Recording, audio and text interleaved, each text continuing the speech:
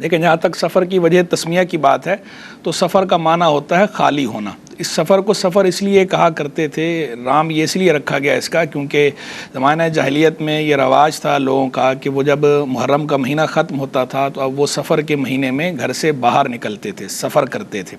سین فارا والا سفر، یعنی ٹریولنگ جو ہے جرنی، تو وہ ٹریولنگ جب کرتے تھے اس کے لیے تو جب ظاہری بات ہے لوگ جب بڑی تعداد میں سفر کریں گے تو پیچھے ان کے جو گھر ہیں وہ خالی ہو جائیں گے. تو اس وجہ سے جو ہے اس مہینے کا نام سفر پڑا کہ اس مہینے میں لوگوں کے گھر خالی ہو جاتے ہیں مردوں سے، کہ مرد جو ہے وہ چلے جاتے ہیں باہر سفر کرتے ہیں، کیونکہ محرم کے مہینے میں وہ زیادہ سفر نہیں کرتے تھے، سفر کے مہینے میں وہ سفر کرتے تھے.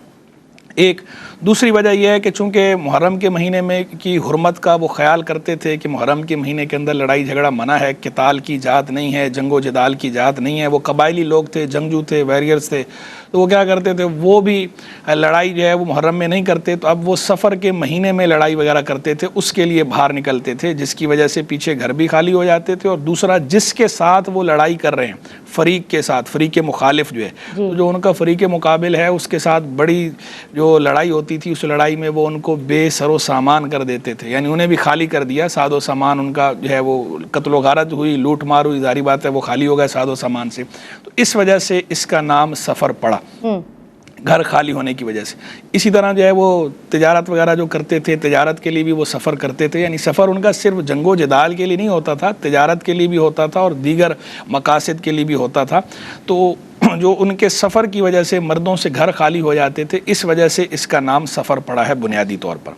رہ کی بات جو ہے وہ زمانہ جاہلیت کے عقیدے کی، تو زمانہ جاہلیت میں سفر کے حوالے سے دو مسئلے تھے. ایک مسئلہ تو یہ تھا کہ وہ سفر کے مہینے کو منحوس سمجھتے تھے، اور اس نحوست کے پیش نظر کچھ لوگ، سب تو نہیں، کچھ لوگ اس نحوست کا نظریہ رکھتے ہوئے شادی بیاہ یا نئے تجارتی کام یا تجارتی شراکت داری یا اور کوئی نیا کام شروع کرتے ہوئے ہچکچاتے تھے کہ بھئی یہ مہینہ درست نہیں ہے، اس مہینے میں نحوست ہوتی ہے تو نیا اس میں کام کوئی نہیں کریں گے، کیونکہ نیا کام کریں گے تو اس میں بے برکتی ہوگی. ایک نظریہ تو یہ تھا. دوسرا سفر کے والے سے ایک اور خرابی زمانہ جاہلیت میں یہ تھی کہ وہ کفار اپنی مرضی سے، انہوں نے جب لڑنا ہوتا تھا تو کیا کرتے تھے، اپنی مرضی سے اعلان کر دیتے تھے کہ اس سال محرم کا مہینہ بعد میں ہوگا، سفر کا مہینہ پہلے ہوگا. یہ جو وہ اپنی مرضی سے حرمت والے مہینے میں تبدیلی کر کے محرم کو مؤخر کر کے سفر کو مقدم کر رہے تھے، اس پہ بھی جو ہے وہ اسلام نے اس کو بھی کنڈیم فرمایا. قرآن مجید فرقان حمید میں اس کو بھی زیادہ فی الکفر قرار دیا گیا کہ یہ ان کا مہینوں کو آگے پیچھے کرنا یہ کفر میں اور زیادہ اضافے کا سبب ہے. تو اس کی بھی مذمت کی ہے اسلام نے، دین نے، اور سفر کا جو نحوست کا نظریہ ہے اس کی بھی مذمت کی ہے.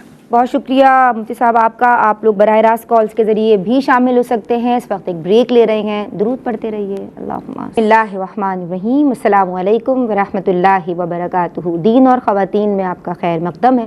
بات ہو رہی ہے ماہ سفر اور توہمات کے تعلق سے، وہ برے تصورات جو زمانہ جاہلیت سے چلے آ رہے ہیں اور آج بھی کچھ لوگ ایسی سوچ رکھتے ہیں. اور ARYQ TV کا یہ خاصہ رہا ہے کہ عوام الناس کو ہر سطح پہ ایجوکیٹ کیا جائے. تو آج بھی جناب ہم اسی ایجوکیشن کے ساتھ حاضر ہیں اور ہم چاہتے ہیں کہ یہ لرننگ فار آل ہو. حضرت صاحب کے ساتھ بڑھ رہی ہوں اور آپ ہمیں سمجھا رہے تھے کہ زمانہ جاہلیت میں کون سے تصورات پائے جاتے تھے. جی حضور. جی، تو میں گزارش کر رہا تھا کہ زمانہ جاہلیت میں دو طرح سے خرابی ہوتی تھی سفر کے حوالے سے، کہ ایک تو یہ کہ وہ کبھی سفر کے مہینے کو مقدم کر دیتے تھے، محرم کے مہینے کو مؤخر کر دیتے تھے. یعنی جب انہیں لڑائی کرنی ہوتی تھی، اب محرم کے مہینے میں لڑائی ہو نہیں سکتی، تو وہ اپنی مرضی سے کیا کرتے تھے، پہلے ہی اعلان کر دیتے تھے کہ اس دفعہ یہ مہینہ جو ہے محرم بعد میں ہم رکھیں گے، پہلا مہینہ جو ہے وہ سفر ہوگا.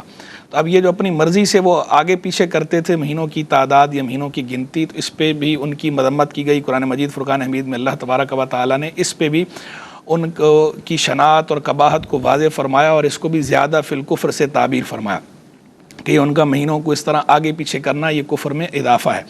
پھر دوسری وجہ میں نے ذکر کی کہ وہ منحوس سمجھتے تھے سفر کے مہینے کو، تو سفر کے مہینے کو منحوس سمجھ کے کچھ نئے کام کرنے سے وہ باز رہتے تھے کہ نیا کام اس میں نہیں کرنا، نئی چیز نہیں خریدنی، تجارت نہیں کرنی یا نکاح وغیرہ نہیں کرنا، کوئی بھی نیا کام کرنے سے بچتے تھے. سب تو ایسے نہیں تھے، لیکن ایک تعداد تھی جو اس طرح کا نظریہ بھی رکھتی تھی. تو اس کی بھی اسلام نے مذمت فرمائی اور فرمایا گیا کہ کسی چیز میں بھی نحوست نہیں ہے. اللہ